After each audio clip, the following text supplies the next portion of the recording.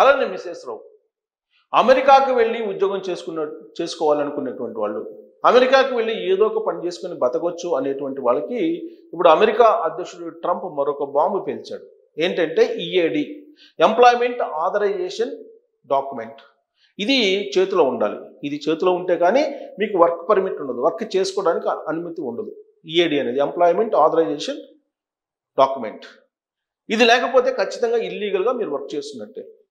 గతంలో ఇది ఒకవేళ గడువు తీరిపోయినా కానీ 540 రోజుల పాటు గడువు ఇచ్చేవాళ్ళు. ఆ గడువు లోపల వీళ్ళు మళ్ళీ ఈఏడిని తీసుకోవచ్చు. కానీ ఇప్పుడు దాన్ని మార్చేసి ఇప్పుడు హోమ్ల్యాండ్ సెక్యూరిటీ ఏం చెప్తుందని అంటే, మీకు ఈఏడి గడువు ముగియటానికి 180 రోజుల ముందే మీరు రెన్యువల్కి అప్లై చేసుకోవాలి. అప్పుడు దాన్ని పరిశీలించిన తర్వాత వర్క్ పర్మిట్ ఇస్తాము అని చెప్తున్నారు. మరి ఈఏడి నుంచి గ్రీన్ కార్డ్ హోల్డర్స్ని కానీ, H1B కానీ, L1 వీసా ఉన్నటువంటి వాళ్ళు కానీ మినహాయింపు ఇచ్చారు. వాళ్ళకైతే మినహాయింపు ఉంది. కానీ ఎవరికైతే ఈ వీసాలు లేవో వాళ్ళకి మాత్రం వర్క్ పర్మిట్ కోసం కొన్ని నిబంధనలు పెట్టారు. గతంలో బైడెన్ 540 రోజుల పాటు గడువు ఇచ్చారు. కానీ ఇప్పుడు ఎలాంటి గడువు ఇవ్వకపోగా వర్క్ పర్మిట్కు డేట్ అయిపోవడానికి ముందే 180 రోజుల ముందే మీరు అప్లై చేసుకోవాలి అని చెప్పారు. చెప్పడంతో పాటు హోమ్ల్యాండ్ సెక్యూరిటీ కానీ లేదా American immigration citizenship and immigration services కానీ ఏం చెప్తున్నాయనంటే, ఇప్పుడు దేశ భద్రత దృష్ట్యా, రక్షణ దృష్ట్యా ఖచ్చితంగా దీన్ని రెన్యువల్ చేయించుకోవాలి ఇన్ టైంలో. ఈ వర్క్ పర్మిట్ని రెన్యువల్ చేసుకోవడానికి ముందుగా ఖచ్చితంగా స్క్రూటినీ ఉంటుంది. వాళ్ళ యొక్క నేపథ్యాన్ని, వాళ్ళు ఎంప్లాయ్మెంట్లో ఎలా ఉన్నారు, ఈ మొత్తం స్క్రూటినీ చేసిన తర్వాత మాత్రమే ఈఏడిని మళ్ళీ ఇచ్చే అవకాశం ఉంది, రెన్యువల్ చేసేటువంటి అవకాశం ఉంది. లేదంటే రెన్యువల్ చెయ్యము అని చెప్తున్నారు. ఇదంతా హోమ్ల్యాండ్ సెక్యూరిటీ క్లియర్గా చెప్తుంది. అలాగే US citizenship and immigration service కూడా ఇదే చెప్తుంది. ఎంప్లాయ్మెంట్ ఆథరైజేషన్ డాక్యుమెంట్ లేకుండా మీరు అమెరికాలో ఉండలేరు. అది వర్క్ పర్మిట్. కార్మికులు అనేక మంది అక్కడికి వెళ్ళారు. కొన్ని కోట్ల మంది కార్మికులు అక్కడ ఉన్నారు. ఇల్లీగల్గా ఉన్నటువంటి వాళ్ళు కొన్ని లక్షల మంది ఉన్నారు. 13 లక్షల మంది ఇల్లీగల్గా ఉన్నారని అనాథరైజేషన్గా వస్తున్నటువంటి సమాచారం. ఈ 13 లక్షల మంది ఇల్లీగల్ ఇమిగ్రెంట్స్కి వర్క్ పర్మిట్ కావాలి. ఈ వర్క్ పర్మిట్ కావాలంటే ఖచ్చితంగా వాళ్ళకి అప్లై చేయాలి. వాళ్ళు అప్లై చేస్తే వాళ్ళు పరిశీలిస్తారు, అన్ని రకాలుగా పరిశీలిస్తారు. మీ సోషల్ మీడియా అకౌంట్స్ని చూస్తారు, మీ ఎంప్లాయ్మెంట్ నేపథ్యాన్ని చూస్తారు, మీ జీవన శైలిని చూస్తారు, మీ మానసిక పరిస్థితిని చూస్తారు. ఏ విధంగా అయితే అమెరికా వెళ్ళటానికి మనం అమెరికన్ కాన్సులేట్కి వెళ్ళి ఇంటర్వ్యూని ఫేస్ చేస్తామో అదేవిధంగా వీళ్ళు ఫేస్ చేయాలి. అప్పుడు కానీ వీళ్ళు మళ్ళీ ఈఏడిని రెన్యువల్ చేయరు. సో ఇదొక పెద్ద కష్టతరమైనటువంటి ప్రక్రియ. అందుకే విదేశాల నుంచి వెళ్ళి అమెరికాలో స్థిరపడి వర్క్ పర్మిట్ తోటి పనిచేసినటువంటి వాళ్ళకి కొంత ఇబ్బందికరమైనటువంటి నిర్ణయం ఇది అని చెప్తూ ఉన్నారు.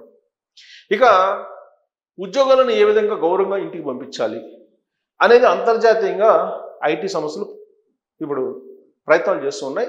దాంట్లో అమెరికాలో ఉండేటువంటి అమెరికా బేస్డ్ కంపెనీలు ముందున్నాయి.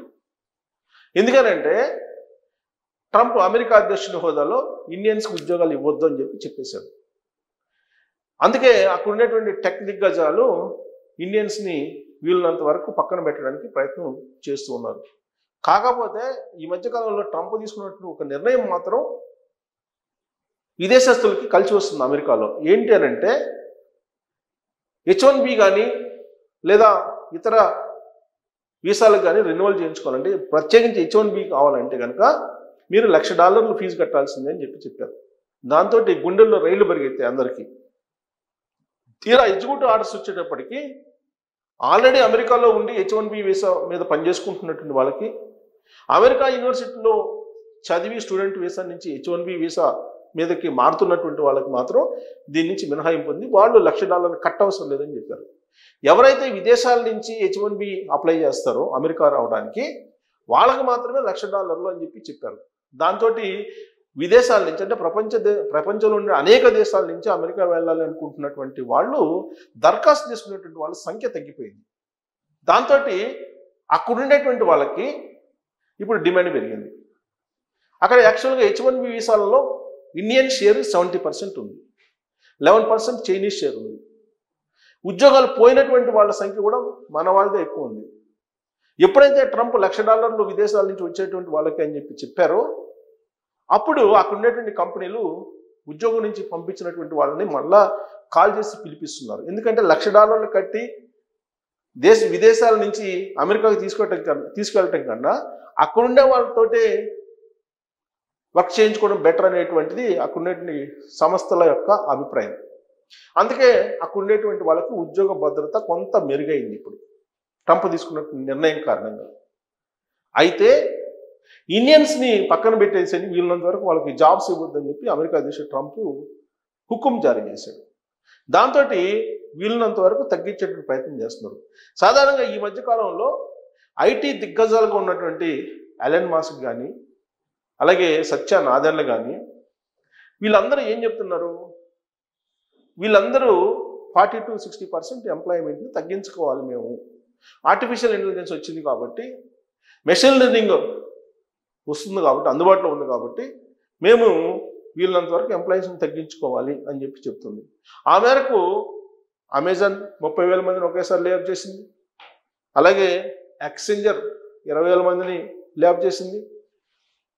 TCS లేఅప్ చేసింది. ఇక్కడ అమెరికాలో కూడా అమెరికన్ బ్యాంక్ కానీ లేదంటే అక్కడ ఉండేటువంటి అమెజాన్ కానీ అక్కడ ఉండేటువంటి అనేక కంపెనీలు లేఅఫ్లు ప్రకటిస్తున్నాయి. అయితే గౌరవంగా ఏ విధంగా ఎంప్లాయీస్ని పంపించాలి అనే దాని మీద కొన్ని వేల కోట్ల రూపాయలు ఖర్చు పెట్టడానికి కూడా సాఫ్ట్వేర్ కంపెనీలు వెనకాడటం లేదు. ఎందుకంటే ముందుగానే వాళ్ళకి ప్యాకేజీలు ఇచ్చేసి పంపించేస్తుంది. మన ప్రభుత్వ ఉద్యోగులు VRS తీసుకున్నప్పుడు ఏ విధంగా పంపిస్తారో అంతకంటే గౌరవంగా సాఫ్ట్వేర్లో ఉండేటువంటి సీనియర్స్ని పంపించడానికి సాఫ్ట్వేర్ కంపెనీలు సిద్ధమవుతున్నాయి. దాంట్లో భాగంగానే ఇప్పుడు అనేక టెక్ దిగ్గజ కంపెనీలు ఇంటికి పంపిస్తున్నాయి. అబో మిడిల్ క్యాడర్లో ఉండేటువంటి వాళ్ళని, హై క్యాడర్లో ఉండేటువంటి వాళ్ళని, అబో మిడిల్ క్యాడర్లో ఉండేటువంటి వాళ్ళని టార్గెట్ చేసి హై ప్యాకేజెస్ ఎవరికి ఉన్నాయో వాళ్ళందరినీ ఇంటికి పంపిస్తుంది. ఆ ఇంటికి పంపించేటువంటి వాళ్ళల్లో కూడా ఇండియన్స్ ఎక్కువ ఉన్నారు. అది దానికి కారణం అమెరికా అధ్యక్షుడు ట్రంప్ ఇచ్చినటువంటి ఆదేశం అని చెప్పి కూడా వినిపిస్తుంది.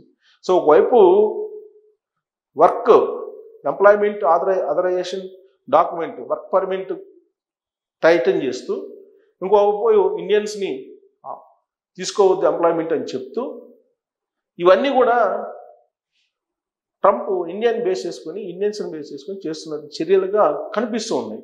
ఎందుకంటే మేజర్ షేర్ మన వాళ్ళు అక్కడ ఉన్నారు. వాళ్ళని టార్గెట్ చేసుకొని ట్రంప్ వ్యవహరిస్తున్నటువంటి తీరు ఏదైతే ఉందో అది ఇప్పుడు ఇండియన్స్కి ఎక్కువగా ఇబ్బంది కలిగిస్తుంది. మరి తాజాగా తీసుకున్నటువంటి EAD అంటే వర్క్ పర్మిట్ మీద తీసుకున్నటువంటి నిర్ణయం ఎంతవరకు అది ఇబ్బంది పెట్టే అవకాశం ఉంది అనే దాని మీద మీరు కామెంట్ చేయొచ్చు. Thank you.